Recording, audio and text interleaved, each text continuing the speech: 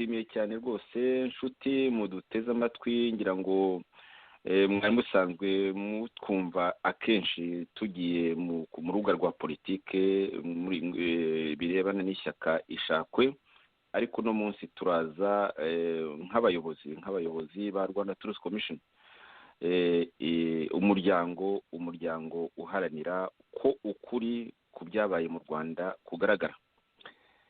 Ikiganiro nk'uko natangiye mbivuga, inyito niyi: Idamange yatanze ubutumwa bukomeye. Rwanda Truth Commission ni ukuvuga ukuri Rwanda yakiriye ite ubwo butumwa? Tariki ya 31 Mutarama 2021, Idamange iryamugwiza Yvonne, umubyeyi w'abana 4, umucikacumu utuye ku Kimironko mu karere ka Gasabo, yatunguye abanyarwanda benshi, abanyarwanda batagira ingano, ubwo yatangizaga ku rubuga rwe rwa YouTube ubutumwa yahaye inyito: abanyarwanda turambiwe gufatirwaho imyanzuro idahwitse. Ubwo butumwa bwakurikiwe n'abanyarwanda benshi cyane bakabushima, bwanahagurukije abambari ba FPR-DMI baramutuka bamutera ubwoba. Muri abo bambari umuntu yavuga nka Ingabire Marie Immaculée w'ikintu nyine cy'igihu bita Transparency International Rwanda, twavuga Bizimana Jean Damascene ntawe umuyobowe n'umuntu w'intagondwa uteye ubwoba, ngo uyoboye ikintu cyitwa CNRG ngo kishinzwe ngo kurwanya abapfobya jenoside no kurengera abayikorewe. Hari n'abandi benshi cyane mu by'ukuri, ibinyamakuru binyuranye nyine bya FPR-DMI n'abandi ntababarondora, barahagurutse baramutuka. Gusa rero uwo mubyeyi Idamange yakurikijeho ibindi byiciro, ntabwo rwose yagize ubwo yakurikijeho ibindi byiciro by'ubutumwa bishima ababwakiriye neza, akomeza anatanga ibisubizo ku bamwikomye bo muri FPR-DMI, ababwira ko ntabwo bamuteye, ko intwaro ye ari Bibiliya n'Imana yamutumye gukangurira abanyarwanda kwibohora ububata, uburetwa, undi akoresha amagambo ye. Ubutumwa bw'ejo rero tariki ya 15, ejo tariki ya 15 Gashyantare 2021, ubutumwa bw'ejo bwaje burushijeho imbaraga. Inzego z'agatsiko nazo zari zirekereje, mu by'ukuri zari zimaze iminsi zimutera ubwoba, noneho zivayo ziza rwose kumuhutaza bikomeye cyane, zimushyira mu buroko. Muri kino kiganiro turasesengura ubutumwa bw'uwo mubyeyi, tureba n'icyakorwa kugira ngo ave mu menyo y'abahotozi. Turareba kandi n'aho ubutumwa bwe buhuriye n'ubwa Rwanda Truth Commission. Nagira ngo tudatinze rwose twumve na ikiganiro yatanze. Mu by'ukuri cy'ejo yatanze ni hafi isaha. Biragoye kugira icyo umuntu yareka ariko nafashe igipande kinini bihagije ku buryo buri wese ari bwumve nyine uburemere bw'ubutumwa bwe. Reka mbanze nshyireho nyine audio y'igice kitari gitoya cy'icyo kiganiro cye. Benshi bakunze kwibaza ku magambo navuze, nagiye nkoresha mu mavideo atandukanye, amagambo azana impaka, umwe agakritika hirye, undi akaribyazamo irindi. Uyu munsi naje kuyabasobanurira neza uko nayavuze ku murongo, mbese ukuri nyakuri kuvuye mu maseseko. Abanyarwanda baravuga ngo findi irutwa na sararuka. Mpamvu nabanje kubivugira mu maseseko simbisobanure neza, nagira ngo banyir'ubwite babyumve bitagombye kujya kuri publique, babikosore ibikosano, babikosore bo babyumve, babikosore ari njye nabo tubyumvishije, wenda n'abandi bakeya bashobora kugira icyo banariza. Ntabwo bo bashatse kubikosora, niyo mpamvu noneho nje kubabwira neza uko ibintu bimeze.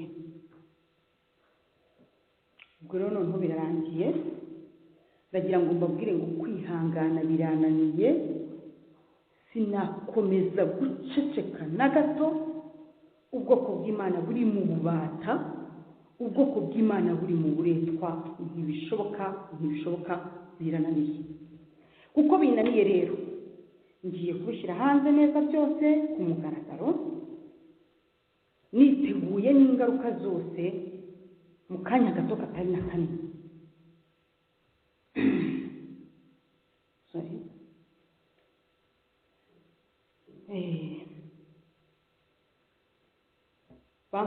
Banshinje byinshi, banshinja gupfobya jenoside kugira ngo barebe ko bakora masike y'ibintu by'ukuri namenaguye nkabishyira hanze, kubera ko bamenyereye gucamo abanyarwanda mo kabiri ngo ba nyiri mesaje batanyumva.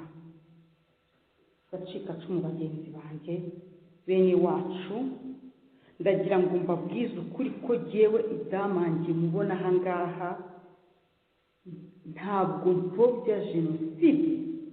Mbibasubiriremo mwabyemera mutabyemera, jenoside narayikorewe, ntabwo nayipfobya.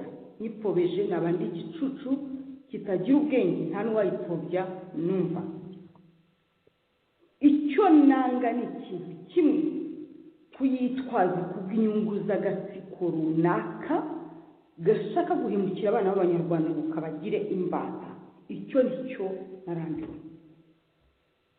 Mukurikiranye amateka yose, mu mashuri aho nize, mu buzima bwanjye hose narashatse, ntabwo nari kuba mpfobya jenoside ngo nubahirize igikorwa cyo kwibuka.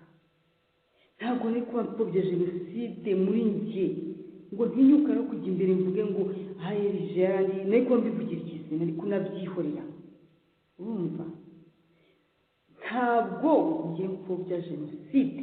Karasira ntapfobya jenoside, ahubwo ikibazo turi abantu bashobora kuvuga ukuri twabashije kubona, ibyo bakabituziza bakahita batubeshyira ko dupfobya jenoside kugira ngo badutandukanye n'abacikacumu bagenzi bacu batazamenya ukuri, kugira ngo badutandukanye n'abanyarwanda bagenzi bacu batazamenya ukuri.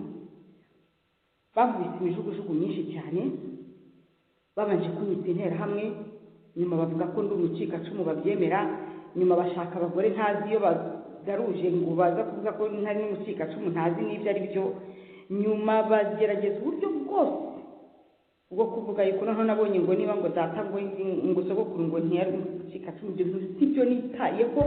Ndagira ngo mbibwire ngo icyo nitayeho uyu munsi si ugucikacumu, icyo nitayeho ni ukuba umunyarwanda, kandi umunyarwanda uharanira amahoro y'abanyarwanda, yaba abacikacumu, yaba abanyarwanda bandi batari abacikacumu babaga mu Rwanda, yaba abanyarwanda bavuye hanze bababaye nkatwe. Muranyumva? Njye ntabwo ndi mu bwoko, ibyo narabirenze kera cyane, kuko namaze kubona ko ikibazo dufite mu gihugu cyacu si ubwoko. Ikibazo dufite ni agatsiko k'amabandi k'ibisambo gashaka kuyoboresha abantu igitugu, noneho kakagenda kiyaranja kakaducamo amacakubiri kugira ngo buri umwe kamutandukanye n'uwundi, tutazahura tugahuza ibitekerezo. Kuki mutabibona? Kuki mutabibona? Niba abacikacumu leta y'u Rwanda ibakunda ikaba yarashyizeho senerije bamara iki? Usibye ibintu byo kubeshya. Abana b'abacikacumu biga muri za kaminuza, mugende i Butare, njye nakoze etude, mugende i Butare murebe nibo barya mu maresitora mabi kubera ko batinza kuboherereza amafaranga y'ishuri, batinda kubishyurira kugira ngo babone uko babikopeshereza muri bya resitora bibi kandi ni ibyabo, babagurishirizaho bakabakiniraho bakabakoreraho ubufindu. Nibo bana babayeho nabi. Mugende ariko namwe mukore etude ku byo navuze, mugende namwe mukore etude. Niba naravuze ko twabayeho nabi batadukorera ibigomba kandi amafaranga yinjira y'inkunga n'ibiki byose, noneho nanabivuge ko no ku nzibutso yinjiraga, mbibabwira navuye ngo findi kirutwa na sararuka. Kuba naravuze ngo bakoresha iturufu ya jenoside ngo kandi ngo bacuruza imibiri y'abacu, icyo nabeshye ni iki? Nde mu mutazi ufite ubwenge buzima utazi ko abanyarwanda, leta y'u Rwanda, leta y'abagome ituyoboye icuruza imibiri y'abacu mu nzibutso? Ninde utabizi? Ejo bundi bwo ntabwo basohoye itangazo babwira abanyarwanda, babwira abanyamahanga bati nubwo mutabasha kuza ariko mwohereza amafaranga kugira ngo turebe ukuntu inzibutso zasukurwa neza. Ibyo muzabibeshye abantu batabazi. abandi ko mubashyingura bakaruhuka, kuki imibiri y'abacu yo mutayishyinguye ngo iruhuke, inzibutso zigumeho, ahubwo izo nzibutso muzishyiramo ibikoresho bakoresheje batwicisha, baduhemukira. Abantu baze basura inzibutso bamenye ko muri izo nzibutso zibuka ko mu Rwanda habayeho jenoside, ari ahantu tugenda twese tukibukira tukanahajyana n'indabyo, ariko tutabona amagufa y'abantu bacu, tutabona imibiri y'abantu bacu itondetse mu mayetajeri nk'amasukari bacuruza. Ariko kuki ibyo bitababaza? Kuki mudahumuka amaso? Kuki mutabona? Mu Bayahudi ntabwo habaye jenoside, ntabwo bagenda bagasura inzibutso, ariko ntabwo bafata imibiri y'abantu ngo bayitondeke hariya. Bashyinguye abacu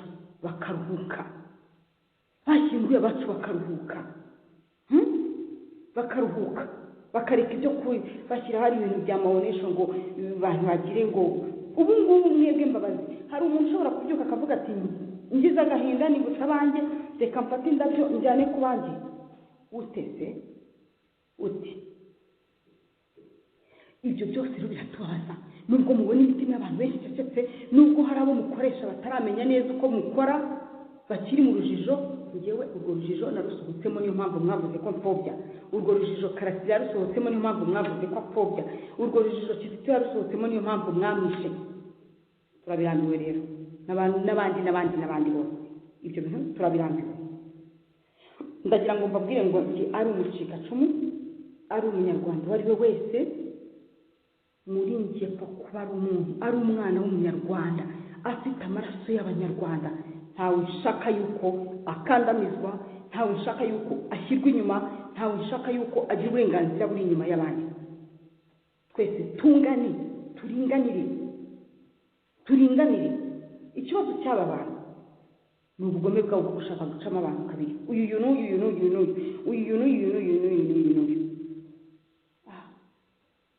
mukabura uko mubigenza mukadushishikariza guhunga.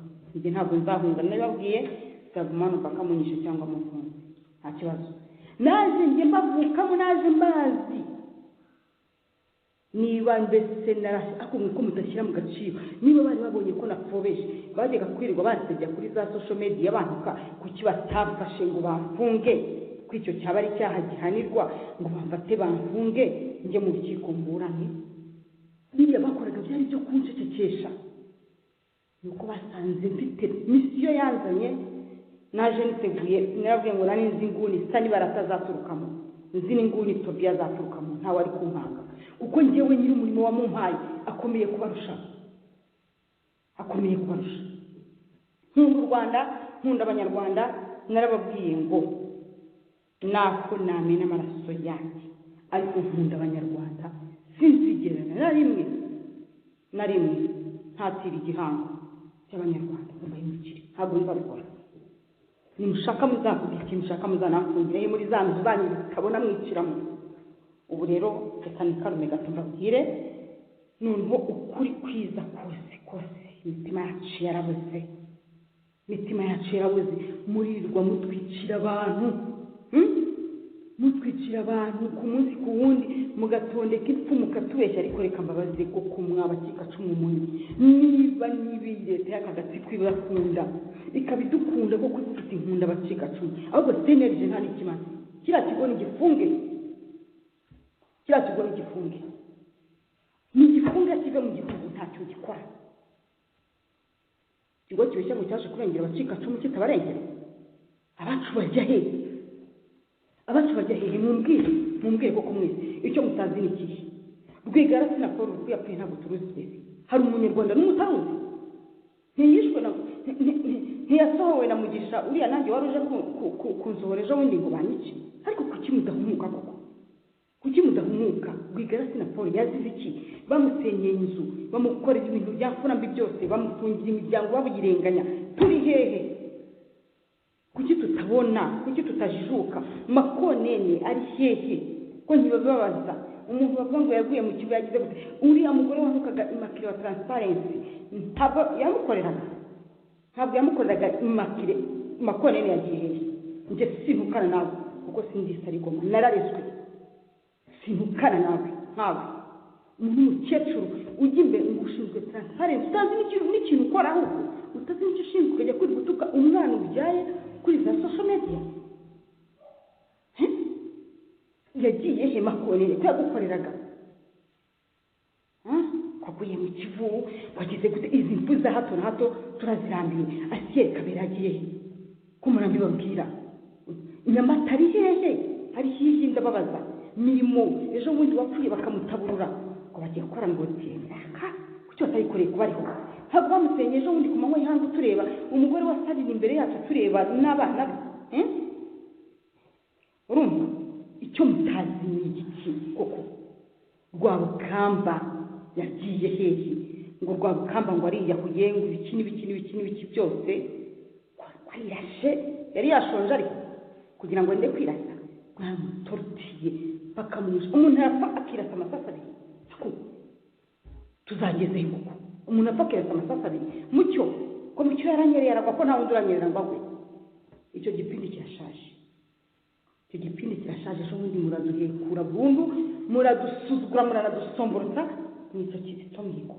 narababwiye ngo uwo munsi nahise nishaka n'imbaraga nizamanjye nimwica hazavuka undi ntabwo muzahora muzicekesha abantu cyangwa muzica hari igihe kizagera ibintu byanyu bikarangira kandi njye nta nubwo muzananyica mbabwire mwishe benshi narababwiye ngo murye imyungu musiba amabamba yo ararura narababwiye nuko mutumva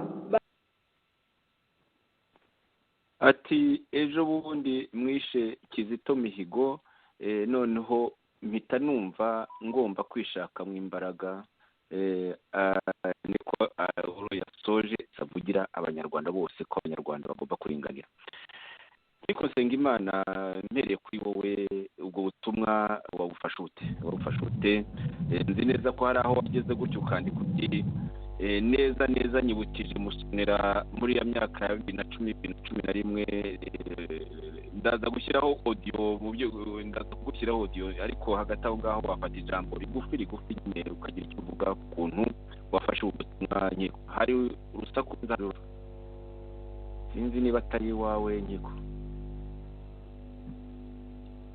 urumva ari wanjye ubu ngubu urusaku ruragiye cyangwa abandi bose niba bashyize muri mute cyangwa reka mbe nkupye mikoro zabo uretse ko iyawe ntayiruzi nshobora gukupa n'iyawe ntabiruzi neza hari urusaku ndumva tukumva neza yego abandi wenda baba bashyize muri mute noneho bakaza kuyivamo bafata ijambo ni ryawe nyiko urakoze muvandimwe Ngarambe ibya idamange byabaye ejo ndumva narabikurikiranye mbese umunsi wose mu kiganiro cye naragikurikiranye cyose barimo baje kumufata narabikurikiranye muzi ko twavugana mbese byose bisa n'ababikurikiye uretse ko kubera yuko ejo ariho hazaba kwibuka Kizito muzi ko twavuga yuko hashobora kuba ibindi bintu bijyanye nawe kuko ukuntu bamwishe agashinyaguro byumvikanaga yuko hari abanyarwanda bandi kuri uyu munsi bishobora kuba ikintu nka kiriya cyabaye cya Idamange naramwumvishe rero rwose kuva mbese umunsi wose kugeza bamujyanye bamugani narababwiye nti umva iriya mbuto igomba kuba ari imbuto yamusonera rwose ukuntu yavugaga hari amagambo yavugaga yose ukumva ni byo musonera yenda ari buze kubigarukaho we kugira ngo ntakomeza kuvugira ibintu wazi kuvuga kundusha kuri ibyo kuko ari nawe wabidushyizemo niwe wadukanguriye ibyo ikibazo cy'abacikacumu ati abo ari bo bose baba abahutu baba abatutsi ati niho inzira izaturuka naramwumvishe rero rwose numva yavuze amagambo akomeye cyane avuga nyine akarengane k'abacikacumu yuko ababyeyi babo nyine badashobora bapfuye bishwe muri jenoside mu itsembabwoko ry'abatutsi ntibaruhuka baranitse. iki kintu yarakivuze aragikomeraho impuhwe baruhuke. ikindi yavuze ikibazo cy'agatsiko k'ibisambo rwose ukuntu abantu bikubiye ubukungu bw'igihugu. yongera avuga ikibazo kirebana nyine ubwo n'inzara igenda abaturage yabamaze. avuga ikindi kibazo kirebana n'ubutegetsi bw'ubugome karemano yarabivuzemo. avuga ikibazo cyerekeye ubutegetsi bw'ikintu navuga namwumvishemo ariko n'ubundi byaragaragaraga mu butumwa bwe bwa mbere nka Kizito nawe ari ahantu yageze aho aravuga bisa n'uturikararira. niho hantu honyine yanarize arimo gusubiza abantu bo mu muryango we bamubwiraga ngo nagende buhoro bati nyamuneka araturikararira. arababwira ati rega ntabwo ndi uw'umuryango wanyu gusa ku maraso n'umubiri, ubu ndi uw'umuryango mugari w'abanyarwanda. ayo magambo narayakunze cyane, byerekana yuko we hari ibintu byinshi yarenze. abavandimwe banjye si mwebwe gusa, abavandimwe banjye ni abanyarwanda bose. ati ndashaka kurokora ubwoko bw'Imana kandi kuri we ni abanyarwanda bose. ayo magambo numvishe akaze, numvishe amereye neza rwose, yangiye ku mutima. nkaba ngira ngo mushime twizera yuko iyo mbuto navuga Musonera yabibye. turi maze imyaka ingana gute wabona itangiye kubyara umusaruro. reka mbe ngarukiyeho kugira ngo mpe n'abandi umwanya wo kuvuga. murakoze. urakoze cyane nkiko rwose, urakoze cyane. nkurikizeho Jonathan Musonera, nawe ugira icyo uvuga mu magambo make cyane. ahangaha ntuvugiye nubwo utabinsabye. yavuze n'umuntu acyurira uriya muja w'ingoma Ingabire Marie Immaculée, aramubwira ati Makonene yari umukozi wawe. nibutse urupfu rw'uwo Makonene bishe nabi cyane muri Kivu bamuhambiriye. noneho nibuka yuko Jonathan ari na mubyara wawe byanakubabaje by'umwihariko nk'umuntu wo mu muryango w'umucikacumu nyine wishwe. nagira ngo rero ufate ijambo si ukukwibutsa ibibi. nagira ngo nyine mbwira abari batwumva yuko abo bose bapfa baba ari bakuru ba kanaka, baba ari ba se ba kanaka, baba ari bashiki ba kanaka, baba ari nyine uwawishe umuntu umwe. ya ngoma yakwicanyi wica umuntu umwe, ariko mu by'ukuri ukaba ushenye imiryango myinshi cyane, ushenye n'imitima y'abanyarwanda. ijambo ni ryabo Jonathan. urakoze muvandimwe Joseph. nshimire n'umuvandimwe Nkiko umbanjirije muri iki kiganiro. ndagira ngo mu by'ukuri twifatanye n'uyu muvandimwe wacu, mushiki wacu idamanye Iryamugwiza Yvonne. ejo watawe muri yombi kubwo ibitekerezo bye no kuvugisha ukuri, ariko nanone nshimire cyane abanyarwanda. ndagira ngo mbanze nsaba abanyumva bihangane, kuko si ukutagira abandi ndi buvuga, ariko ndashaka kwibanda cyane ku bacikacumu ba jenoside yakorewe abatutsi bagumije gupfukiranwa no kubatera ubwoba bakabatinyisha kuvuga, kugeza aho harimo bamwe babashije gutinyuka kugenda bavuga. bamwe baricwa, abandi bakaba bagihari. nahera kuri madamu wa Rwigara Adeline n'umwana we Diane Rwigara, na Karasira Aimable n'uyu mudamu Idamange Iryamugwiza Yvonne. Aba ni abagihumeka ariko babashije kugaragaza mu by'ukuri ibyo babona bigoramye cyane ku bwicanyi bukorwa muri kiriya gihugu, atari ku bacikacumu gusa ba jenoside yakorewe abatutsi, n'abahutu benshi bicwa mu by'ukuri batanavugwa, abandi bagatotezwa, harimo n'abanyapolitike, harimo Madame Ingabire, harimo Victoire, harimo ba Mushayidi, harimo ba Bernard Makuza, harimo ba Sankara Kariste, harimo Rusesabagina watwawe ejo bundi, n'abandi benshi ntashobora kurondora. Ariko uyu munsi wa none ndagira ngo nibutse abadukurikiye kugira ngo barebe akababaro. Bishatse kuvuga ngira ngo Bertine Makuza ntabwo ari Bernard Makuza, uriya nawe yafashe inzira mbi yo gufasha leta y'abicanyi, ni Bertine Makuza cyangwa Ntaganda yenda.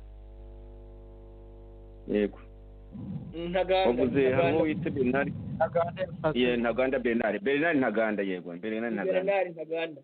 Yes, urakoze. Yego, komeza. Yego, nagira ngo mvuge cyane kuri uyu mubyeyi Idamange kuko niwe wa nyuma wafashwe ejo kubw'ibitekerezo bye n'ubutumwa yaramaze guha abanyarwanda, bigaragaza akababaro ukurikije umuntu uri mu gihugu imbere ya ziriya nyamaswa z'abicanyi batagira imbebya, wagezeho aka kababaro kamugezaho avuga ibyo yavuze ejo muri iriya mesaje yatanze. Kizito yabashije kukavugira mu ndirimbo, baramwica. Aimable Karasira bamugeze amajanja inshuro nyinshi, bagenda bamuhamagaza muri RIB yongera ataha atanga ibitekerezo bye. Ariko uyu mukobwa ejo akababaro yagaragaje ni akari mu mitima y'abacikacumu ba jenoside yakorewe abatutsi, n'akari mu mitima y'abanyarwanda benshi bari muri kiriya gihugu. Ndagira ngo munihuse muri make amazina nibuka muri bakeya bishwe baba rescape ba jenoside yakorewe abatutsi. Mu by'ukuri mfite amazina agera menshi, ariko yo nabashije kubona, reka nyanyuremo nihuta. Reka mpere kuri Ntabana, nze kuri Nzamwita, Rwisereka, Ndamira, Nshimiyimana, Ingabire, Niyo Mugabo, Ndorimana, Gashagaza, Gafirita, Dusabe, Rukabu, Ngirinshuti, Rwigara, Rwabukamba, Mazimpaka, Makoneni, Makuza, Munyakazi, Nahason, Major Kayitare Dieudonné, Ntabana Aimé, Kizito Mihigo. Aba ni bamwe mu bo nibuka bamaze kwicwa. Namwe mwibaze abacikacumu bari hariya n'abatavuga, mu by'ukuri wenda amaherezo bazaturika bavuge nk'uko uyu mubyeyi Idamange yavuze aka kababaro kari ku mutima we, akanavuga ati sintinya gupfa kuko nzi ko ingoma yanyu irica, iyitishe uwitishe ngo imugiriye neza iramufunga ikamukorera torotire mu buroko. Ari nabyo bakoze, bahise bamufata bakamutwara kumufunga kubera gusa ibitekerezo bye n'ubutumwa yatanze. Aha nkaba namushimira, nshimira n'aba bagenzi bacu bari hariya mu gihugu babasha kwerekana ibi bibazo byose uko bimeze. Twagiye tubivuga, nabivuzeho inshuro nyinshi, nk'uko mwarimu bigarutseho. Mu myaka 10 ishize hari amavideo menshi nagiye nkora mu by'ukuri ajya guhura n'ibi uyu mubyeyi Idamange nawe yavuze. Nagiye nsaba abacikacumu kwitandukanya no kubeshya iriya leta ya FPRDMA Kagame ikoresha, yabashukaga kujya muri za gacaca kubeshyera abaturage bagenzi babo, babishyuza inka, babishyuza amabati, amategura. Unasanga bamwe muri abo iwabo bataragiraga n'inzu z'amategura cyangwa se bataragiraga n'inka. Hari abo narinzi nanjye nagiye ntesha, ndababwira nti mureke ibyo bintu kuko birabateranya n'abavandimwe banyu, ejo bizagarure ubundi bwicanyi nk'ubwabaye 94. Muri make nihuse nagira ngo mu by'ukuri nshimire namwe bavandimwe turi kumwe, twafatanije gushinga Rwanda Truth Commission tukerekana ububisha n'ubugome bw'iriya leta iyobowe na FPRDMA Kagame, tugakora na bamwe mu rutonde rw'abicanyi tugaragaza ko ari abajenosideri ndetse banakoze jenoside yakorewe abahutu, ndetse banahanuye indege yari itwaye Perezida Habyarimana na Perezida w'u Burundi Ntaryamira n'abo bari kumwe. Umunsi iryo joro ry'ihanurwa ry'indege hakaba ariho jenoside yakorewe abatutsi yatangiye, igatsemba abatutsi ndetse n'abahutu batavugaga rumwe na leta ya MRNDCD. Mu by'ukuri nkaba mpagarikiye aha kugira ngo tubashe kureka n'umuvandimwe wacu Dr Theogene Rudasingwa agire icyo avuga. Ubwo ni mu ijambo ndongera mbigarukeho. Murakoze.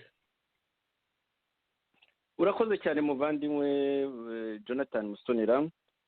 Nagira ngo kuba wavuze ku bantu bagiye bazira ibitekerezo byabo bakaregwa jenoside barenganyijwe, nongereho na Dr Theoneste Niyitegeka uboreye mu buroko wazize gusa yuko yiyamamaje mu mwaka wa 2003, noneho umuhotozi Kagame akumva yuko ari nk'agasomborotso akaba aboreye mu buroko.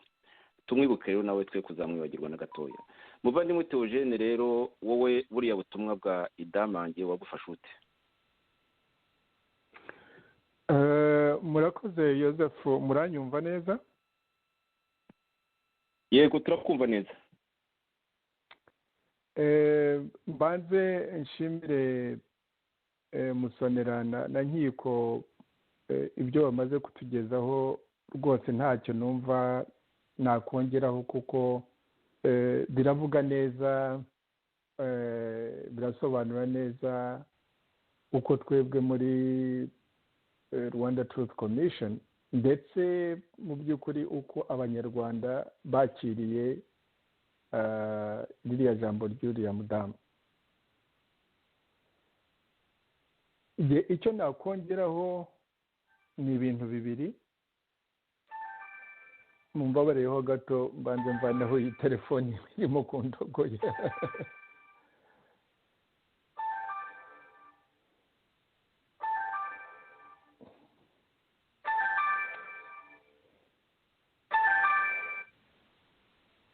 Sorry. The technology nazo ziraturogoya cyane. Ntabwo ziba zoroshye. Nagira ngo rero mvuge ku bintu bibiri gusa nk'umusogongero muri ibi kiganiro dutangiye, cyane cyane ni ukuvuga uko jyewe nabonye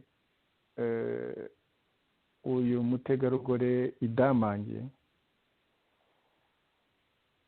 Mu by'ukuri mu mateka y'igihugu hari amagambo avugwa kubera ko igihugu kibaho kikagira abantu batandukanye bavuga ibintu bitandukanye mu bihe bitandukanye. Ijambo ry'uyu mudamu ryinjiye mu mateka y'igihugu, ryinjiye mu mateka y'u Rwanda, mu banyarwanda, no mu myaka 1000 iri imbere bazahora bibuka amagambo yavuzwe n'uyu mudamu, kuko ni amagambo azi igihe cyayo, ni amagambo aje mu gihe mu by'ukuri abantu benshi, abanyarwanda igice kinini ntabwo tuzi umubare wabo, ariko mu Rwanda abahutu n'abatutsi no hanze abahutu n'abatutsi n'abatwa dukunze kwibagirwa, nta muntu udatekereza nk'ibyo Idamange yatekerezaga, ariko yashize ubwoba akavuga ku mugaragaro. So cyane nagira ngo mvuge amagambo, hari abantu bakunze kuvuga ngo ibintu ngo by'abantu ngo baravuga gusa, abantu baravuga gusa ntibakora, ariko hari igihe amagambo avugwa akaba afite uburemere burenze abasirikare diviziyo imwe n'imbunda bafite na za mitariyezi n'ambu za katushe n'iki byose. Ikimenyimenyi urebe uko Kagame yafashe ayo magambo, uko ako gatsiko ka Kagame kafashe ayo magambo, ibyo bakoze bisa nkaho mu by'ukuri n'umuntu yari azi ko n'Idamange yarabyivugiye ati ndabizi ndava aha ngaha bamfunga cyangwa se bazananyica.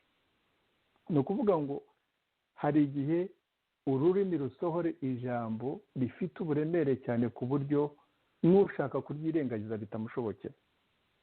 Ayo niyo magambo y'uyu mudamu. Nibutse abatwumva ko uyu mudamu yari umwana muto, twebwe FPR dufata igihugu muri 1994, nabonye bavuga ko afite imyaka 42, ni ukuvuga uvanyeho imyaka 26 kuva muri 1994, ubwo muriyumvisha uko uyu mwana uyu mudamu, ariko icyo gihe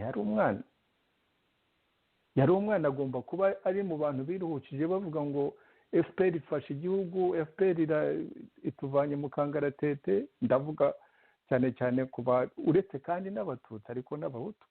Ibyo turabizi ko hari abantu benshi bishimiye ko nubwo bije mu marira menshi, nubwo bije mu maraso menshi, nubwo FPR atari shyashya,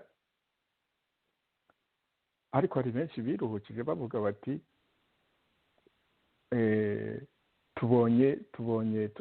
tubonye agakiza,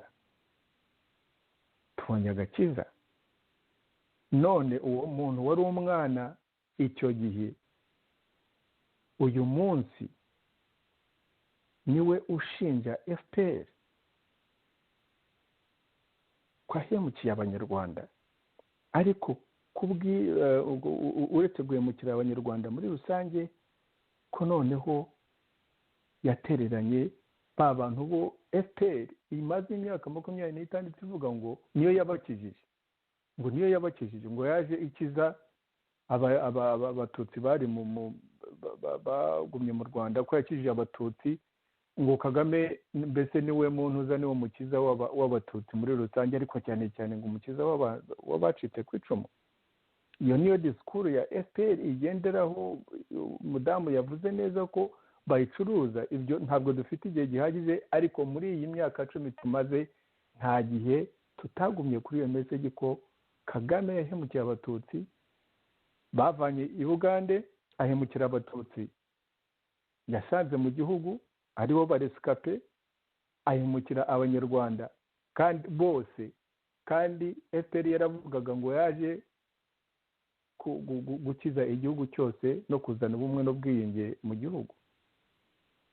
Ubwo ntabwo noneho Idamange ntabwo yagiye mu byo uko Kagame yakoze jenoside mu bahutu, ariko ibyo byonyine byavuze biranahagije kwerekana ngo kuko disikuru ya Kagame no kuvuga ngo yaje akiza abatutsi, ariko reba umuntu wari umwana imyaka 10 n'ingahe, ubu ngubu niwe umushinja ngo Kagame n'agatsiko kanyu.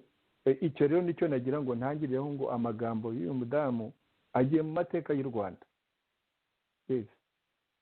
Agiye mu mateka y'u Rwanda ibihe bidashira. Icya kabiri ni ukwerekana mu by'ukuri ubuhanga, kuko twese uko twamubonye uko yavuze, ubu baramwita umusazi. Niba mwarabonye itangazo rya polisi ngo ibyo avuga ngo ni ibintu bivangitiranye, ngo birimo politiki, ngo birimo criminality, aba criminal harya ni iki, abagizi ubugizi bwa nabi ngo hamwe n'ubusazi. Idamage yabaye umusazi. Ariko binyibukije ko abahanuzi bose bagenda baza mu Rwanda bavuga uko agatsiko gateye, barabica, barabafunga, ariko cyane cyane babatwerera ngo kuba iki, ngo kuba abasazi. Ari ba Bizimungu, ari abantu bose bagiye bavuga ubutumwa nk'ubwo ngubwo, ba Ingabire, ba Deo Mushayidi, yewe no kuri jyewe murabizi mujya mubusoma muri Rushyashya bavuga ko ndi umusazi. Ibyo rero ahubwo birerekana ko ari umudamu ucisha mu kuri, ugomba kuvugisha ukuri byanze bikunze, kubera ko nibyo biri ku mutima, akumva ko atavuze uko kuri ahubwo yaba apfuye. Atavugisha uko kuri kumuri ku mutima aba atakiriho. Uko kuvugisha ukuri, gukunda igihugu, gukunda cyane cyane gukunda igihugu ni ugukunda abagituye, aba ni ukuvuga abanyarwanda. Ikintu cyo kwemera ko agomba kuba yakwitanga, kandi yarabivuze neza, mfite abana bane, mfite ariko akavuga ati n'ibyo nk'ibyo nkiko yaramaze kuvuga ati mfite umuryango ariko nkunda uwantumye kurusha, kandi nkakunda n'igihugu cyanjye, nkakunda n'abanyarwanda byo napfira. Nibyo ngibyo nagira ngo ntangirireho mu kuvuga ko mu by'ukuri amagambo y'uyu mudamu yageze ku mutima w'abantu benshi, kandi ibyo agatsiko gatekereza ngo kumufunga cyangwa se kumwica, yaba ari abantu bakurikirana amasomo y'amateka y'igihugu bakamenya yuko gufunga umuntu no kwica abantu ntabwo bibaha agahenge. Ahubwo ubu ngubu uyu si uwa nyuma, si n'uwa mbere, ariko ahubwo ubu ngubu bigiye kwiyongera, kuko ibibazo mu gihugu bigeze ahakomeye cyane, ku buryo benshi bazavuka kandi bavuga, batanga ubutumwa n'ubuhamya bumeze nk'ubw'idamange, kandi ndetse bigenda biganisha uko amaherezo abanyarwanda bazakanguka, nk'ukuntu yabivuze, wenda turaza kubisubiramo, gukangurira abanyarwanda guhaguruka no gukora, kuvanaho ubwo butegetsi bw'agatsiko, kandi babicishije mu nzira y'amahoro. Ni ibyo ngibyo nagira ngo ntangire mvuga. Yozefu, ndagushimiye cyane muvandimwe Theogene, abanyarwanda bagahaguruka, yabakanguriye guhaguruka. Dushimira abatangiye guhaguruka, harimo batangiye gukora za petition, harimo abatangiye gukora mobilisation y'uburyo bwo kugira ngo azabone abamwunganira mu rubanza, hari n'abatangiye gukora imyigaragambyo hirya no hino. Mu kanya hari abanyoreje amafoto y'i Buruseli mu Bubiligi, kandi n'ahandi ngo birateganyijwe. Dukomeze rero, n'ubwo isaha itujyanye, turagira ngo tuzabe wenda twakongera nk'igice cya kabiri kugira ngo tubashe kuvuga bikwiye, kuvuga bihagije kuri ino ntwari Idamange Iryamugwiza Yvonne. Muri kano kanya rero tureka dushyireho iya message ya Musonera, kuko nk'uko umuvandimwe Nkiko yatangiye abivuga, nk'uko nanjye nabivuze, nk'uko ndetse na mugenzi wacu Theogene yabivuze, ino message ya Idamange mu by'ukuri ni message twatangiranye ihuriro nyarwanda, by'umwihariko mu byerekeye ukuri, kuvugisha ukuri, haba ku bacikacumu haba no ku bandi, cyane cyane ku bacikacumu. Musonera yibanzeho tugishinga RNC mu myaka ubwo yabitangiye muri za 2011 na 2012. Abantu benshi bamuziho message zajya kumera neza nk'iyo ngiyo ya Idamange, nk'uko nyine twabyibukije. Ntabwo nabashe kubona izo muri 2011, nabonye iyo mu 2013, hari ku itariki ya 4 z'ukwa 4 2013, hari mu gihe cyo kwibuka. Noneho Jonathan Musonera ahangaho ari ubwira nyine iya leta y'agatsiko ya FPR-DMI Kagame uyibwira uti nimusigeho reka nze nshyireho iyo audio buri wese nyine arumva ukuntu rwose mu by'ukuri ibyo wavugaga muri icyo gihe bihuye cyane n'ibyo madame Damange amaze iminsi avuga. Banyarwanda bavandimwe, nongeye kubaramutsa mbifuriza amahoro y'Imana. Hari hashize iminsi tutagirana ibiganiro. Uyu munsi nkaba ngira ngo tuganire ku bijyanye n'ibibazo tumaze mu gihe cy'imyaka irenga 19 by'ubwicanyi bwagiye buba mu gihugu cyacu, cyane cyane mu bwabaye mu gihugu ndetse no hanze yacyo. Uyu mwaka ndetse no mu mwaka ushize Kagame aherutse kurizwa nuko amagufa y'abanyarwanda barimo bayataburura. Noneho nza kugira ikibazo cyo kwibaza niba koko Kagame arizwa n'amagufa y'abacu cyangwa arizwa no kugabanuka kw'inyungu ayakuramo. Nakunze kugaragariza abanyarwanda mu biganiro bitandukanye ubushinyaguzi bukabije Kagame yakomeje kutugirira, ataburura amagufa y'abacu akageza no ku yabo twabashije gushyingura, biherekejwe n'itegeko rikarishye ryo kuyazana bayarunze. Noneho ubu kwibuka kwahinduye isura.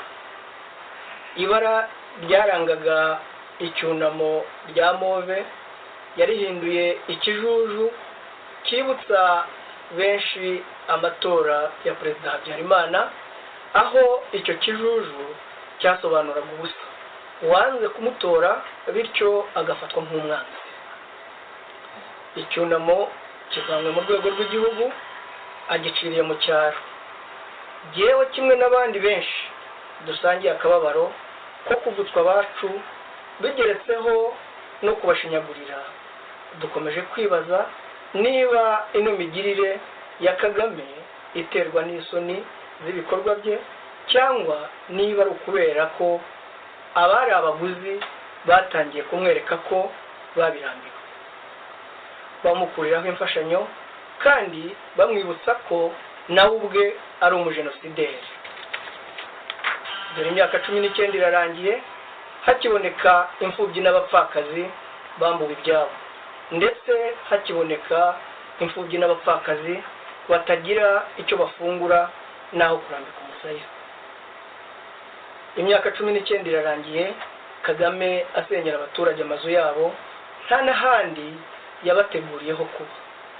We yiyubakira imitamenwa ariko akibagiza ko ejo hazaza azaba nyamara yihisha muri ruhurura nka Kadafi mwitiyo. Imyaka 19 irarangiye abaturage bambuwe amasambu yabo, ndetse n'imyaka bahinze leta ya Kagame ikayandura. Dore imyaka 19 irarangiye Kagame abarirwa mu bakire bakomeye ku isi, ndetse ubukire atari yarigeze mbere y'iyo myaka kuko nta n'umunani se yamusigiye. Imyaka 19 irarangiye Kagame akataza mu gushora ingabo z'igihugu mu mahano yitwaje jenoside.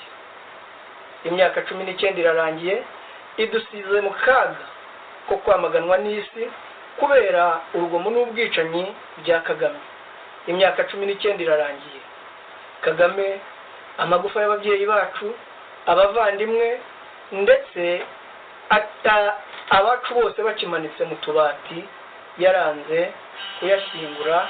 Nyamara ubwo twamuhaga inama yo gushyingura umubyeyi we kugira ngo amagufa ye yari yaraheze i Bugande ayazana yashyingure mu cyubahiro, yaratwumviye arayazana arayashyingura. Nyamara yibagirwa ko n'abacu bakeneye ubwo burenganzira. Tukaba twamusabaga rero ngo niyihangane yumvire impanuro, maze amagufa y'ababyeyi bacu n'abavandimwe n'inshuti amanitse mu tubati hirya no hino mu gihugu ashyingurwe. Imyaka 19 dore irarangiye Kagame yubatse inzangano hagati y'abatutsi ubwabo no hagati y'abatutsi n'abahutu. Ahagombye kurangwa ubwiyunge, amahoro, haganje urwikekwe, ubwoba, inzangano na munyangire. Koko ngo akamasa k'inkunguzi kazamara inka kazivukamo. Ubu rero abanyarwanda tumaze kurambirwa, gushinyagurirwa, guhembera inzangano, amacakubiri ku nyungu z'ubucuruzi bwa Kagame. Tukaba twarasanze uburyo bwiza ari uguhura uko amoko yacu ari, tugafatana mu mugongo, twanga akarengane kariko kose, tunamagana uwo ari we wese wakazana. Nuko banyarwanda bavandimwe, muri iki gihe gikomeye cy'icyunamo, ndabinginga ngo mwongere mufatane mu mugongo, muze dushyire hamwe twibuka abacu, maze dushaka inzira yo kubaka u Rwanda ruzira agafuni, ruzira umupanga, ruzira ubuhiri, ruzira ibindi bikoresho ibyo ari byo byose, maze dushaka u Rwanda rw'amahoro n'urukundo n'ubwiyunge. Imana ibahe umugisha. Jonathan, ku itariki ya 4 z'ukwa 4 2013 hari aho yaravugaga ati babakuriyeho imfashanyo. Ahangaha nibutse ko ari wa mwaka wa M23 aho bayikubitiraga kuri Goma, aho nyine yaho abiburupfu, aho Kagame yari abiburupfu muri Kongo, noneho M23 bakayihagurukira, hakabaho no kumukuraho imfashanyo, noneho akagerageza kugenza makeya kuko imfashanyo ntiyabaho zidahari. Ariko nyuma yarazishubijwe ndetse aranongererwa, akaba akomeje nyine gucura imigambi ya kiruzi mu by'ukuri yo kugira ngo nyine zo mfashanyo zikomeze zize, harimo gucuruza jenoside. Nagira ngo rero ntabwo Musoni ndi bumusabe kugira icyo avuga ku ijambo yavuze ririvugira. Nkiko Nsengimana, nk'umukuru w'inama ya Rwanda Truth Commission, iyo audio nayigushyireho nyine kuko niwo wibukije uti neza Idamange aravuga nk'ibyo Musoni yavugaga muri ya myaka ya 2010, 2011, 2013. Nagira ngo ufate ijambo, wari wabivuze ibyo ngibyo, ariko wenda wasobanura gatoya cyane icyo mukora muri Rwanda Truth Commission. Murakoze cyane muvandimwe, ndashimira bagenzi banjye bambanjirije amagambo akomeye bavuze. Mumaze kumva ayo magambo Musonera yavuze hashize imyaka 8 ahariye. Urumva ko uyashyira hamwe n'iya Idamange, urumva ko afite ubukana bumwe, afite ukuri kumwe. Iki kintu rero ni ikintu gikomeye, nk'uko nabivuze ejo tuganira, mbabwira ni mwumve uwo mugore w'ijigija ibi amagambo avuze, nk'uko mu gihe bakomeye yazwe na Rudasingwa muvandimwe wacu. Amagambo nk'ariya arenze kuba ufite wa mugani bataliyoni 3-4. Bya bintu yavuze, bya bintu Musonera yakomeje kujya dutota, muzi ko aribyo byatumye dushyiraho Rwanda Truth Commission, tuvuga tuti abantu bakeneye kugira ngo niba u Rwanda rushobora kongera kwiyubaka, dukeneye kwiyunga, ariko kutari uko kuvuga ngo turiyunze gusa, yumva yuko dushaka kugira ngo tuvuge ukuri kw'ibyabaye, tuvuge ukuri kwa jenoside yakorewe abatutsi, uko yabaye, abayikoze, uko abo yahitanye uko bariho n'ibindi. Tuvuge ibyerekeye jenoside yakorewe abahutu, abayikoze, uko byagenze n'ibindi. Tuti niyo nzira y'uko kuri, noneho uko kuri ariko ntikuba ukuri gusa ngo navuze ibi, bikumva yuko wumvise nicyo dushaka, uko wumvisha akababaro kundi, umuntu akumva akababaro kundi ukishyira mu mwanya we kugira ngo wumve uti ari njye byageze gute. Tuvuga duti mbere na mbere rero umunyarwanda natumva uburemere bw'amahano yabaye ngo yumve uwo bwabayeho, yaba umuhutu yaba umututsi, ngo abyumve, nta hantu tuzagera ngo bitugirire u Rwanda rwongere rube ruzima. Iyo tuvuga kumva akababaro kundi, biravuga yuko niba amaraso y'umututsi amenetse ugomba kumva ko ari nk'ayawe, amaraso y'umuhutu amenetse ugomba kumva ko ari nk'ayawe. Mvuze umuhutu, mvuze umututsi, kubera icyo ukwicwa umuntu yica azira ukware, azira ubwoko bwe. Niyo mpamvu mvuze ibyo ngibyo. Abantu rero nibatumva yuko inzira yacu ari iyo, ntaho tuzongera kuba nk'igihugu cyongeye kubaho kizasenyuka birangire. Nicyo kintu tuba dushaka kugira ngo tugereho cyane cyane, ariko duhamagarira mbere na mbere nyine abacitse ku icumu. Buriya ni nabo tugomba kubakiraho, kuko nibo bafata iya mbere. Ubu abiciwe baba abatutsi baba abahutu nibo bari bakwiye gufata iya mbere, wa mugani, kugira ngo banahure, nk'uko Musonera icyo kintu nawe icyo yakirwanyeho cyane, ati duhure twibukire hamwe, kuko akababaro kanjye ni akawe. Uwakwishe ko uri umututsi ni njye yishe, uwakwishe ko uri umuhutu ni njye yishe, nk'uko maze kubivuga. Duhure dushyire hamwe abantu mbere na mbere ku murongo nyine, nk'uko bivuze, abacitse ku icumu nibo ba mbere bagomba kurengera ubudahangarwa bw'ubuzima n'ubunyagitinyiro bw'ubuzima, kuko nibo bakozwe mu nda mbere na mbere. Abo tugira ngo tubahamagarire bagire ingufu, kuko ikibazo dufite ni uko, ariko ubwo birimo kugenda bigaragara noneho ko barimo bagenda bitandukanya. Nk'uriya mukobwa, uriya jigija ry'umugore idamange rya Mugwiza, yavuze neza ati abo bantu b'ibisambo b'abagome bafite igitugu, abacu batitayeho, amagufa akaba ari ku gasozi. Urumva atangiye kumenya kwitandukanya, no kusatangiye agaragaje ku banyarwanda yuko niyo nzira. Abantu bagomba kumenya kwitandukanya n'abiyitirira ko babakijije, kandi batarabakijije, ahubwo kuko babakeneye, bakabona ubutegetsi, bakabona ubukungu, bakabona ibintu byose bakabyigwizaho. Nicyo no ku bahutu ni kimwe, abacitse ku icumu nabo bagomba kumva yuko, bagasesengura bakumva yuko umututsi wishwe azira ubwoko bwe ni kimwe nawe.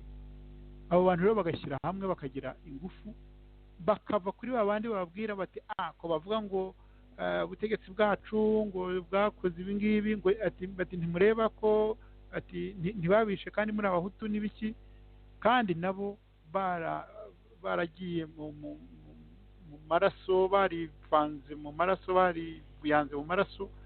Ukabona abantu bakomeje kubagendaho, mbese ibintu bibuze inzira. Muri Rwanda Truth Commission rero tubona yuko imbaraga za mbere zigomba guturuka kuri abo bacikacumu bombi, bumva yuko kwishyira hamwe kwabo, bo bazi ukuvuswa gukorwa mu nda ibyo ari byo,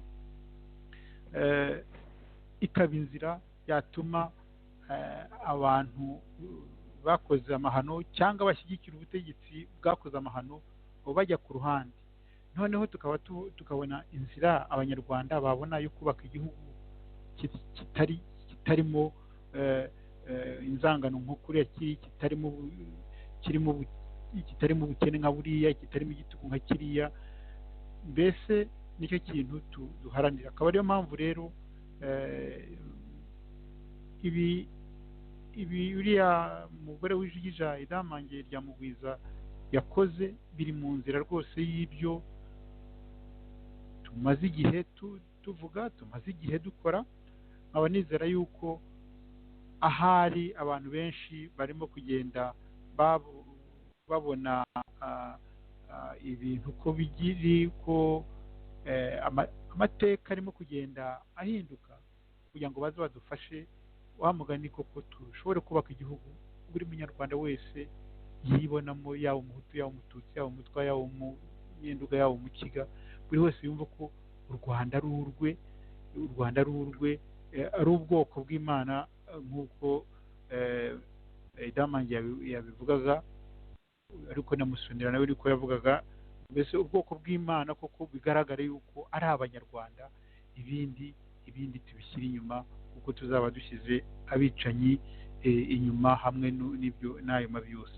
Nicyo nagira ngo mvuge mu magambo makeya icyo Rwanda Truth Commission iharanira. Urakoze cyane muvandimwe Nkiko. Nagira ngo mu magambo makeya umuvandimwe Theogene nawe agira icyo avuga kuri bino bibazo biteye ubwoba biri mu kiya gihugu cyacu, ibibazo twavuze kuva kera nk'uko nyine tudahwema kubyerekana, nk'uko twanabyumvise muri ya audio ya mugenzi wacu Jonathan.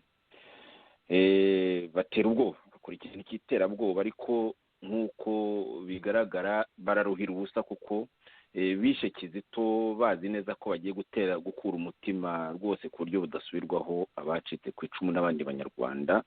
Ariko nk'uko uriya mudamu yabivuze, aragira ati ahubwo bishe Kizito niho nishatsemo imbaraga. Muri uko gutera ubwoba rero hari n'aho avuga, ntitwabyumvise muri audio ariko ntawe utarumvise ijambo rye ryose, hari n'avuga ati muri uko gutera ubwoba ati banagerageje no kungura, bariho bantuka ariko banohereza abantu bagenda nyine bububa baje kungura. Aha yatanze urugero rwa Bamporiki Edouard ko yagerageje kumugura, ati ntabwo ngurika, ati musuzugura kwinshi. Ibintu ubona bigeze hehe rero muvandimwe Theogene?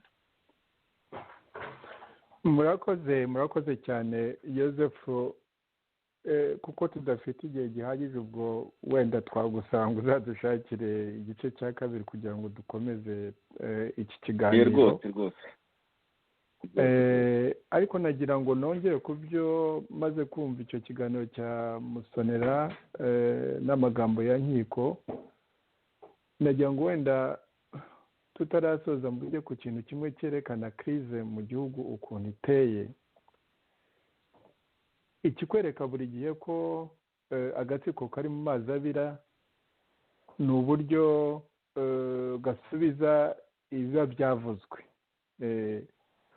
Wenda nyaruteho gato simvuge ku byo Madame Idamange yavuze, nkavuga niba mwakurikiranye mwabonye ko nyuma aho paroma ya European Union yavuze ku kibazo cya Rusesabagina, kubera impungenge bafite, kandi izo mpungenge z'abanyarwanda, kubera ko ni ibintu bimenyerewe, ntabwo wagenda ngo ushimute umuntu hanyuma noneho ngo uvuge ngo ugiye kumucira urubanza, ngo kandi urwo rubanza ruzaba runyuze mu mategeko free and fair, ndetse ibintu biciye mu gaciro bishingiye ku mategeko, ntaho abantu babogamiye. Ibyo ni nko gutera indirimbo ukiyikiriza, kuko mu Rwanda nk'ibyo Idamange yavuze, ubwo butabera ntabubayo. Nk'ibyo tuzi kuva aka gatsiko kafata ubutegetsi, ubwo butabera ntabwo buba mu gihugu. Ahubwo icyo bitaga ko ngo ni ubutabera ngo bwabogamiye ngo ku Batutsi, ku bacikacumu, ngo bugakurikirana abakoze jenoside, no kuvuga gukurikirana Abahutu no kwita Abahutu bose abajenosideri, kubita interahamwe. none na gacaca buri gihe duhora tuvuga ngo bagiye ku misozi bakavuga ibyaha byakozwe n'abahutu gusa, ariko urabona n'ubwo butabera iyi myaka ishize abahubukiritaga bavuga ngo ni ubutabera burenganura abatutsi gusa. Mu byo twakomeje kuvuga n'ibyo umudamu yavuze ni icyerekana yuko mu by'ukuri ubwo butabera ntabwo abo ba rescape abo bacitse ku icumu babufite, bishwe abatutsi bishwe muri jenoside yahitanye abatutsi. Iby'uko abahutu bo bahitanywe na jenoside yakozwe na FPDMI ibyo ntitwabitindaho kubera ko kugeza kuri aya magingo ngo ntabwo iremerwa, uretse ko twebwe twateye indi ntambwe tukavuga ko twebwe tuyemera. Abategereje Loni ubwo bazayitegereza, ariko na Loni nayo iyo utayibwiye nk'ukuntu FPR yayibwiye ntabwo ijya yemera ibintu nk'ibyo ngibyo. n'aya mahanga dukunze kuvuga ntabwo ajya yemera ibintu nk'ibyo keretse ubiharaniye. ariko urabona ko paroma ya European Union yakoze resolution ivuga ku bya Rusesabagina. ubu ngubu bose mbese abo barahihibikanye. Kagame n'ibyo yita ngo ni inteko. ubu banza uyu munsi ngira ngo hari ikintu cyo basohoye sindagisoma, ariko hari ahantu nabibonye mu makuru. urumva kubera iki? kubera ko iyo resolution ya European Union ivuga ko mu gihugu mu by'ukuri ubutegetsi buriho ntabwo bwubahiriza uburenganzira bw'ikiremwamuntu. nicyo kibazo. niyo mpamvu nyine bagomba gushiduka bakandika, bakavuza induru, bagasaza imigeri, batuka European Union. nongere mbibutse niba abantu batarakurikiranye cyane, ubwo ibyo ni ibya European Union. hari niba utarayibonye Yozefu nzayigushakira kugira ngo wenda mu kiganiro cy'ubutaha uzayishyireho. ni ahantu kandi banza byarabaye mu cyumweru gishize kuri televiziyo imwe. ni abantu b'abanyafurika bavuga ngo ni amadisikuru y'abantu bakomeye bo muri Afurika. hariho clip nk'iminota 5 ikwereka ko uko Kagame amerewe mu mitekerereze ye, uretse ko idamange we yanavuze ko n'abandi nyine abanyarwanda benshi nacyo tuzadusubiraho, kubera ko nubwo yaba akiriho Kagame iby'uko ari umuyobozi w'igihugu byo byapfuye kera. ni nk'ibyo abantu begeze kuvuga, ngira ngo tugishinga yahise tuvuga ngo FPR yo yapfuye kera. uko tize yapfuye kera, ahubwo yabuze abayihamba. n'umuyobozi utagifite inshingano ze cyangwa se utagikurikirana inshingano ze ngo akore ibyo asabwa gukora, mu by'ukuri aba yapfuye mu maso y'abanyarwanda, y'abaturage aba yapfuye.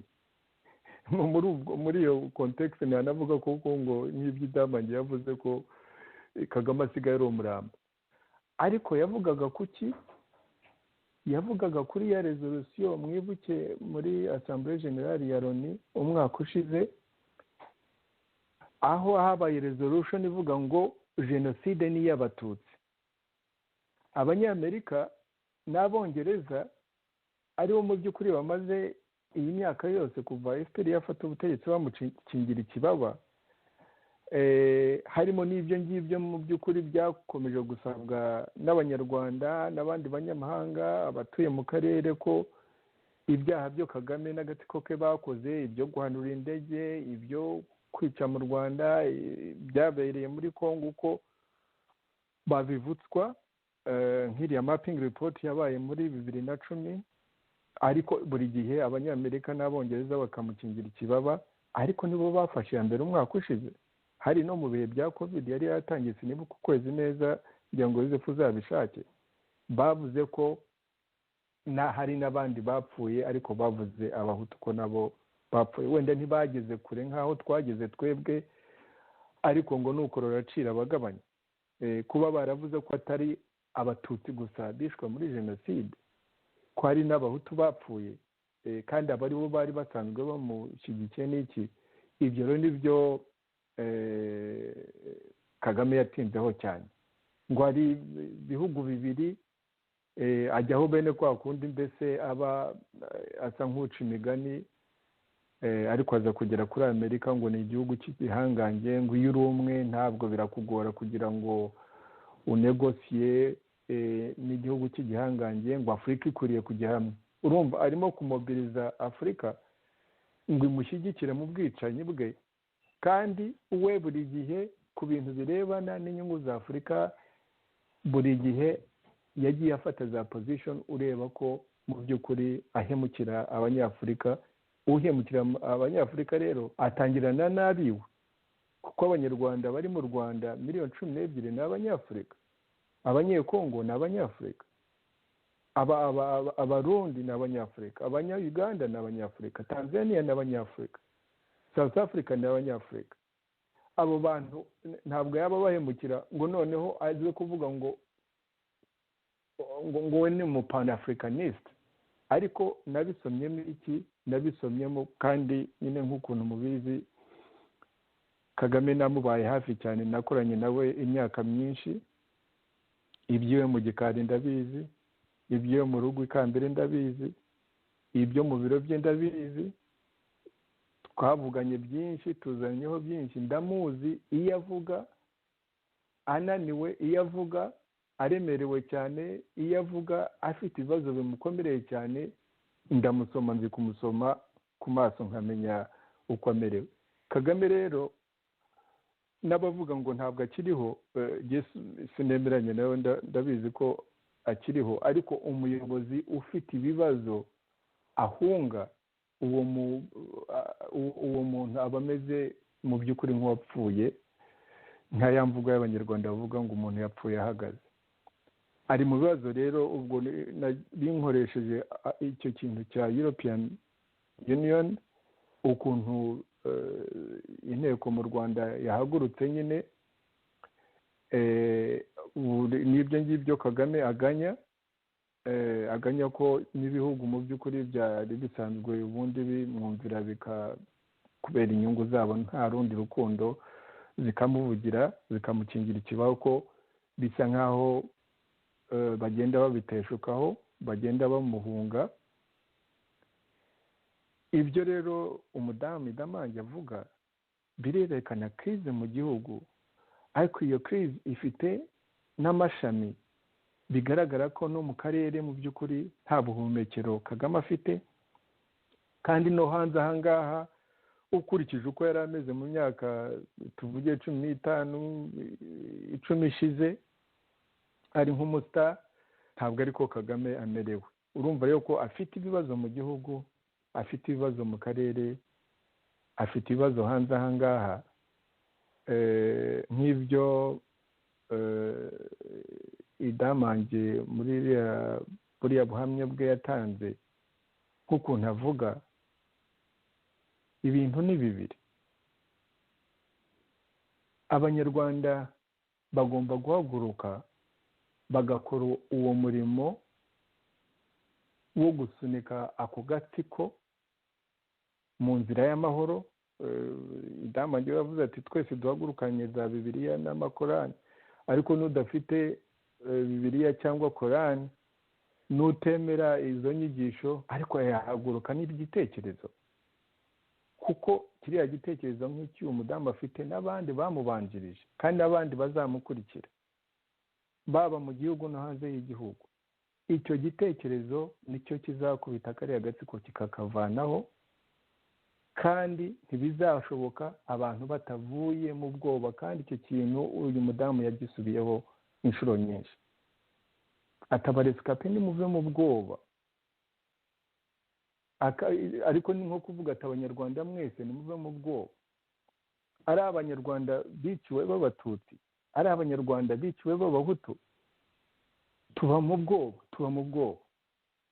Ahubwo biranashimisha cyane kubona dukangurwa n'umudamu. Umudamu avuga ati nimuve mu bwoba, ati mu gitondo duhaguruke. Uwe banamufashe ntiyashoboye kujyayo. Ubu se hari uwahagurutse ngo ajye, uko yavugaga ati mu gitondo duhaguruke tujye ku rugwiro. ati ntakoze ibi ngibi imana yabimpanira. Ariko n'abanyarwanda baba mu gihugu cyangwa hanze mu gihugu bazi ibyo avuga ko ari ukuri kwambaye ubusa, kandi nta munyarwanda utabizi. N'abari muri kariya kazu ndani barabizi. Turamuka inzira rero ni ebyiri. Ni ukwemera koko nk'ukuntu yavuze ati duhaguruke, abanyarwanda bagahaguruka mu byo bafite, mu buryo bafite, bagashirika ubwoba bakanavuga, kuko kuvuga bisaba ubutwari buhambaye. Kuvuga nk'uko Idamange yavuze bisaba ubutwari. Niba ari utabyemera amanike ukuboko azambwire ko ndavuga mu banyarwanda bose ko kuko kuvuga mu Rwanda bifite ikiguzi. Uravuga bakagufunga, uravuga ukabura irengero, uravuga bakakwica, uravuga ugahunga, cyangwa se ukemera kuba mu gihugu ubebera ugapfagaza. Inzira rero ni ebyiri gusa mu by'ukuri. Yozefu na Musonera na Nkiko n'abanyarwanda bakurikirana iki kiganiro, ni ukwemera either tugapfa duhagaze, cyangwa se nk'ubyo uwo mudamu adusaba avuga ati nimuhaguruke. Ni ibyo ngibyo naba ndangirijeho yoze. Urakoze cyane rwose. Uvuze aho u Rwanda rugeze, ko rugeze ku muteremuko, ku mugani wa Kagame wigeze kubyivugira. Usoza neza uvuga amasomo nyine tuvana muri ino message, uyavuga mu magambo makeya muri ino message ya Idamange. Uvuga n'icyakorwa kuko nubwo ibintu bitoroshye, nubwo inzira nyine igoye cyane, irimo amahame menshi, ariko hari byinshi byo gukorwa kuko wabivuze. Muvandimwe Nkiko Nsengimana, nawe mu gusoza urabitekerezaho iki, wakongeraho iki kuri ibyo umuvandimwe wacu Theogene Rudasingwa asozerejeho?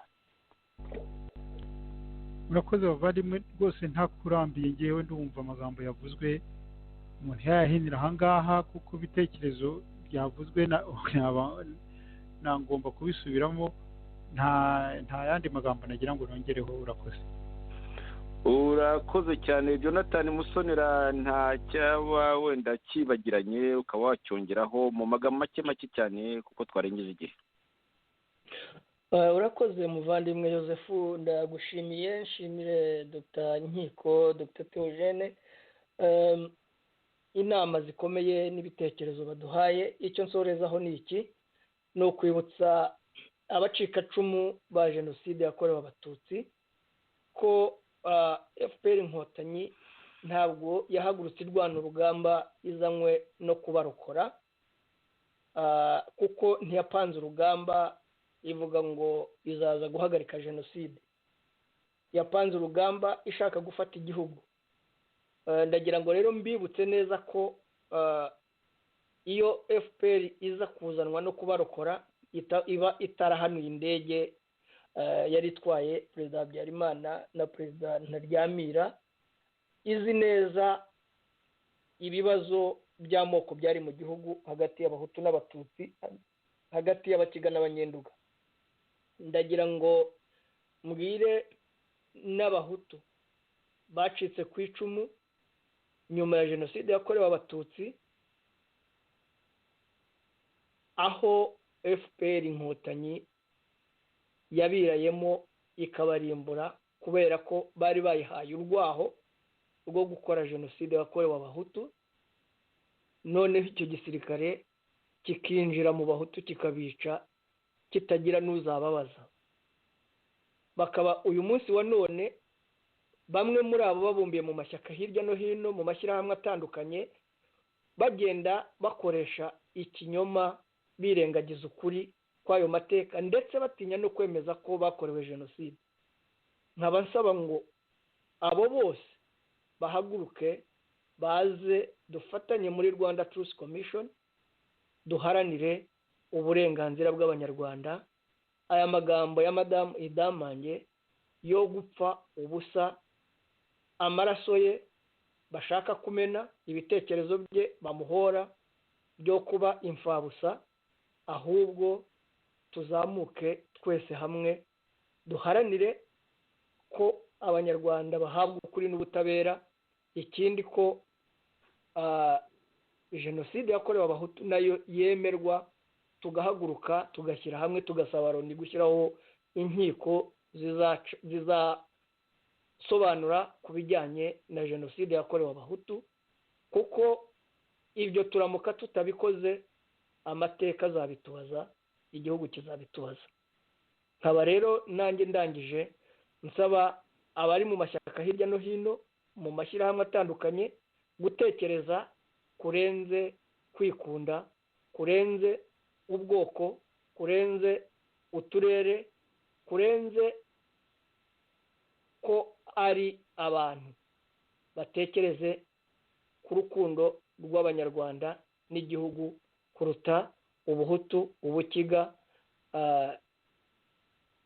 ubunyenduga n'ibindi. nkaba mbifuriza rero amahoro n'imigisha y'Imana, tukazongera guhura mu gice cya kabiri dukomeza ibi biganiro twatangiye. Murakoze. urakoze cyane Jonathan, arakoze cyane Theogene, arakoze cyane Nkiko. Murakoze namwe inshuti mwari muduteze amatwi muri kino kiganiro. Idamange yatanze ubutumwa bukomeye, Rwanda Truth Commission yabwakiriye ite? Mwumvise rero ko ubutumwa twabwakiriye neza cyane, ku butumwa mu by'ukuri bujyanye n'ubwa Rwanda Truth Commission, kandi ko uwo muvandimwe kunzi w'abanyarwanda Idamange